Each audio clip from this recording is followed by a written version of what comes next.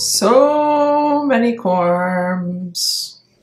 Hey garden gals and guys, it's Steph with Tiny's Garden, and this morning I am going to get my Ranunculus Anemones pre-sprouted. So I'm starting the process with soaking them in water, cold water, for about 3 to 4 hours, which is why I have all of these takeout containers laid out. We save our takeout containers, and I have found through last year that they work well for soaking my corms. Now technically they do say you should have oxygen flowing in the water, which means you're using a fish bubbler or setting all of these under a sink and letting a little drippage of water fall throughout the process. Add some new water to kind of oxygenate it. I'm not gonna do that this year. I did, I think, last year with a few of them, and it works fine, but there's 15 of these and I don't have mesh bags to put all of these in and put them in a bucket. So I'm just working with what I got. It really should be okay though. Other people have had success with it that way too, and the more I think about it, I laid some out without oxygen last year too, and they were fine. They were fine. By the way, if you're new here, I'm Steph. I'm a home gardener in Zone 5B/6A in the Chicago suburbs. For your reference, today is February 11th and my last frost date is April 25th. So I am gonna go through and label all of these so I know which varieties are which in each one, because I do try and keep track a little bit of which varieties are where, so that when I go out in the garden after these have grown, if I'm not sure on a variety, I can look at a stake and know what it is. So I'm gonna use my blue painter's tape and my garden marker and mark all of these with the variety that I'm putting in each one first. So this first one is Ranunculus chocolate. And I'm also gonna put FH. Oh no, I've got to put Farmhouse Flower Farm for the company, so I know where the corms came from, just so I can kind of track how they're doing. And the other ones I ordered from the Flower Hat, so I'll do FH for those.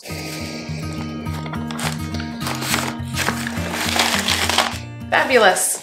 You just want to make sure that you've got nice corms that aren't dried out and aren't rotten, no mold. Those look good to me. Now I'm going to repeat that process with all of these, get the corms and anemones in their designated tin, and then I'll bring you along to put water on them. So I'll see you back in a second.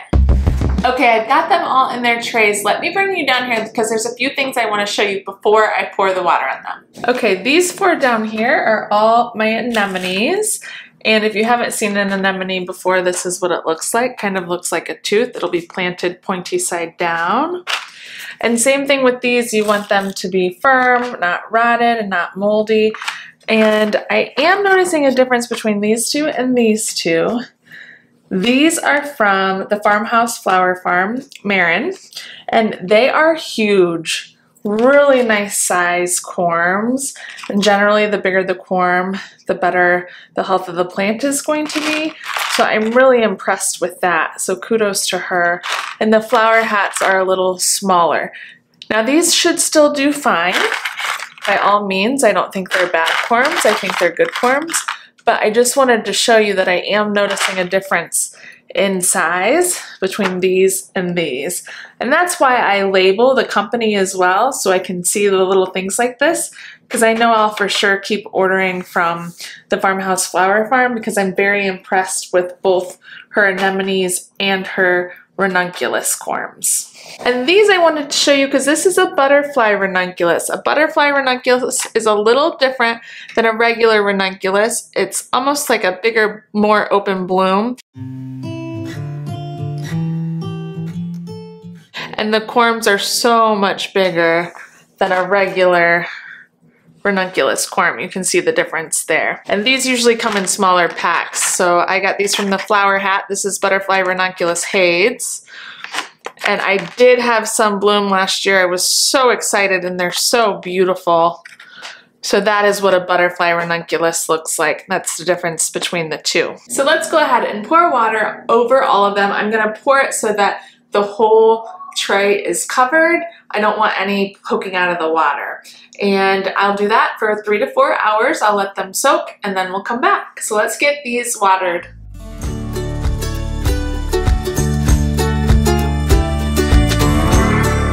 Okay, here we are, all covered with water, and I will come through about once an hour and just wiggle my fingers a little bit just to simulate that bubbling water. Give it a little oxygen in there. And they say that's just so that bacteria doesn't build up, but that's about the most I'm going to do for the oxygenation with these. Now, so you know, these have been stored in my garage over the winter and late fall. They like cooler temperatures to be stored at. They have been in my house the past few days, but not too long. And I just wanted to make sure that I had them cool instead of warm because ranunculus just don't like warm temperatures. Now, after these soak for 3 to 4 hours, I will come in and I will actually put some moist potting soil in trays like these. I found a couple at Menards the other day for $2 each, I think, just to give me some more space. And these work great. So I'll show you that next step in about 3 to 4 hours. Hey Google, set timer for 3 hours. Sure, 3 hours. And we're starting now. Okay, I am back. It's been about 4 hours. I let them go a little longer than 3 because we were running around, and they have plumped up and they're looking great. So let me drain these and then I'll show you what they look like up close. Okay, these are all drained. So for example, here are some of my anemones that have plumped up after being pre-soaked. Here is a butterfly ranunculus that I showed you before, now plumped up, and then a couple of the smaller ranunculus. So you can see how they plump up and grow in size. That's what we want. Now is the next step, to put some moist potting soil or seed starting mix or pretty much any type of high quality soil into these trays. Mine do not have any holes in the bottom, and they are nice and big. And so I will go ahead and get my moist potting soil about 3 inches in the bottom, and then I'll start putting these in, and I'll show you how I do that. Now with this moist potting soil, I'm gonna err on the side of staying drier as opposed to more wet, because the last thing I want is these to rot. So if you're erring on the side of one thing, err on the side of your potting soil being less wet. So I just have a big tub of this in my seed starting area. It makes it easier. And I'm just gonna dump the dirt in all of these first. Okay, here's what we look like. I'd say 2 to 3 inches of soil on the bottom here. Now I'm gonna add some water. I could use a mister and just mist it heavily, but I've got all this water that I just dumped out. So I'm gonna mix in a little water. I'll show you what that looks like. You can do this beforehand in a big tub, which is more ideal, but I do this inside my house, not in the garage or in a greenhouse. So I'm just gonna add it in with this, mix it up, and then put them in. It's just a little bit easier that way for me. Again, remembering less water is a little better as opposed to more water. I'm gonna start with just that trinkle. And here's where the hands are gonna get dirty. Mix it up. Maybe just a little more.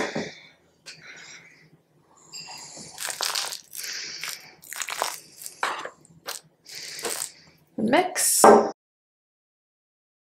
And that consistency feels about right to me. So I'm gonna do the same thing with the other 2. Okay, those trays are full at the bottom, so now I'm gonna come in with tin foil and use this as separators so I can keep my varieties apart. If you're not worried about knowing which variety is which, then you can skip this part. But as I said, I like to know which variety is which. Make little dividers, not rocket science. However you can divide them. And then this will allow me to know which type is which. So here I've got my tray of pre-moistened soil, my dividers. I'm gonna have this tray be my anemones, so I've got 4. So I'm gonna start and get my tape with the variety name peeled off and put onto this tray in the first section. All good. Now, when we're doing anemones, we're planting them pointy side down, thick side up. So I'll come in here and space them maybe 1/2 inch apart.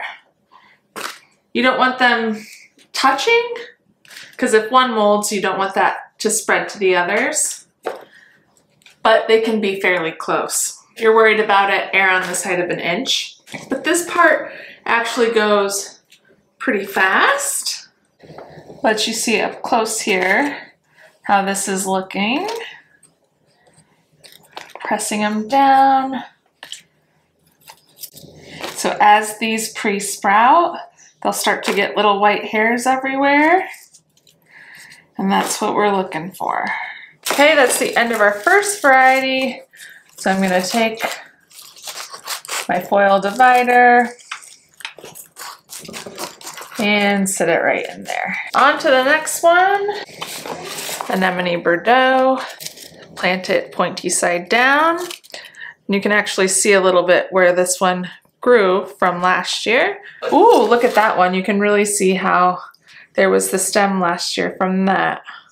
So it's also a good indicator. If you've got this, that's where the stem came from. The roots were down here. Let's put this into high-speed mode. Okay, so these are all laid in here. They are labeled, they are separated, and now I need to come in with moist potting soil and put about 1 inch over. So I'm gonna use part of this one because it's just easier to borrow, and then add more to that tray. And just lightly cover them up. Now I absolutely will not water these or mist these unless I see that they're very dry. And the first 2 years I did this, I put them in my basement and they molded. It was too warm down there. For pre-sprouting these, you want to have it between about 40 and 50 degrees Fahrenheit. So I switched last year to my greenhouse and had night and day different results. It was super successful. So that, out of anything, is probably the most important piece of advice I could give you. Don't pre-sprout them in a place that's too warm. And don't have your potting soil too wet, because they will mold and you'll have nothing. Check out this root system. Woohoo!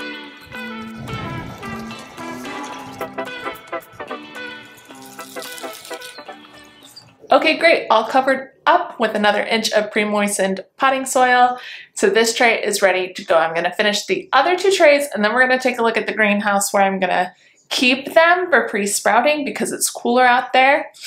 But fair warning, I have not cleaned it out yet, so we'll see what it looks like. Now my ranunculus. So same principle here. Coming through, finding the label on each tub, putting it in its designated position, and start by placing tentacle side down for ranunculus. So that would be tentacle side down.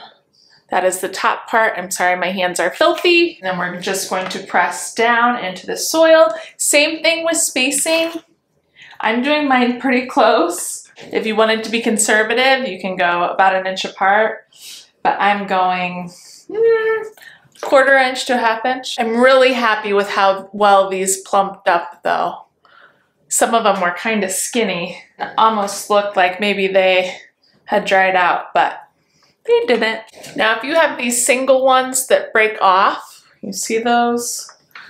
I'm not planting these. You need an actual group of corms, more than one together. And if you're curious, I will quickly go through what varieties I'm starting with you. My anemones, we have anemone red and white, anemone red, Bordeaux, which is my favorite, anemone white, classic, gorgeous, love this one last year.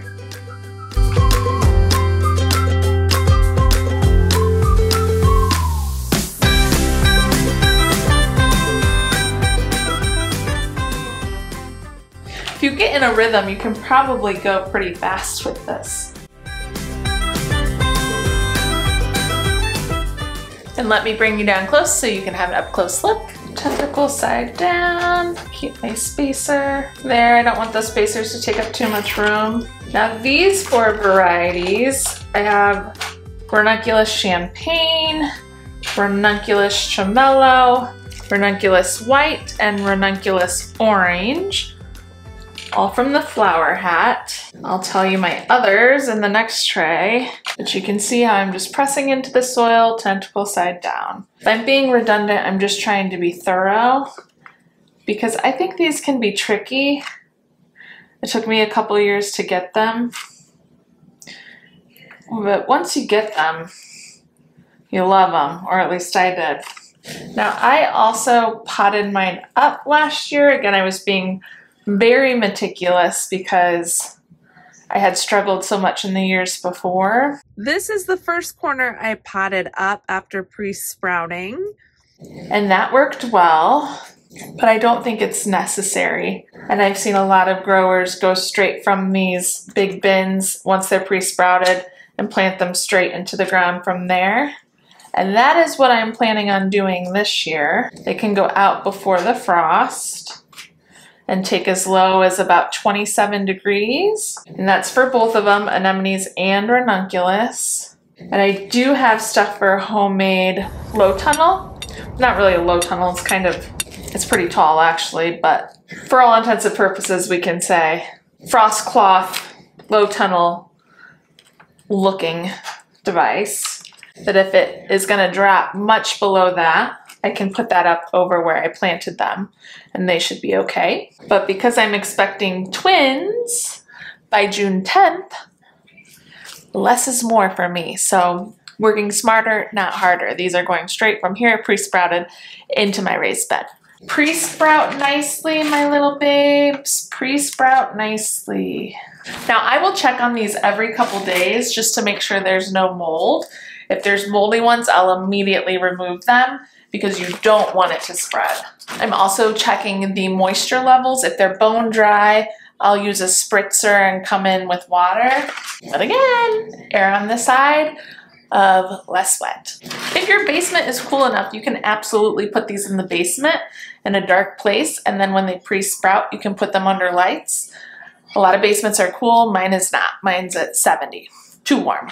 Okay, I finished these last 2 trays, and these varieties of ranunculus are Butterfly Haze from the Flower Hat, Ranunculus Chocolate, another gorgeous one, real deep color, Ranunculus Salmon, I think this was probably my favorite last year, Ranunculus Salmon again, I got one from the farmhouse, Flower Farm, and one from the Flower Hat, and Ranunculus Romance Nohant, is that how you say that? From the Flower Hat.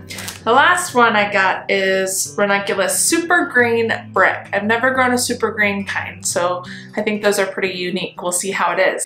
These 2 are Coco Loco. I did discover that because I ran out of this, and I think this was probably Pro Mix that was in my garbage container before.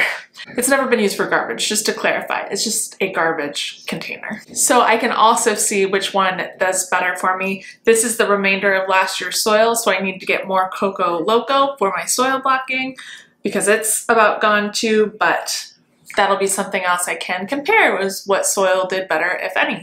Now let's go take a look at the greenhouse and find some spots for these to grow on at 40 to 50 degrees. Okay, how bad is it in here? Well, pretty bad. I'm just clearing this mint out here and I think this corner will work. Good enough. And my husband is bringing the trays out, thank you. Now I do have humidity domes I could use. And maybe I will just a little bit for tonight. I don't know, that one's pretty dirty. There's another one. To help keep the mice away because I have a thing I like to use for mice. I'll put it on the screen. Rat Magic repels rodents. Works really great. So I'm going to take a gamble and leave them like this. What I could do is put a little bit of repel all on them, and I might do that just for tonight to be safe. It won't hurt the corms. Some people do plant each corm in something like this. You can certainly do that. I don't have as many of these So I just went for this, but this is an option too. This is a temperature monitor that doesn't have a battery in it, but this is how I will gauge the temperature in here. It connects to my phone. It's in my Amazon storefront. Again, I'm looking for between 40 and 50 degrees. Even 55 is okay. And this is a cold frame. It's not necessarily a greenhouse. There's no heater in here. If I heat it, it's because I bring a heater in, and I'm not going to do that for the ranunculus. So they're just going to stay cozy in here. It's about 40 today, so that's perfect. This is where they will live for the next few weeks for sure. And then this is not great. I think we've had some visitors. Those are poking up through the soil.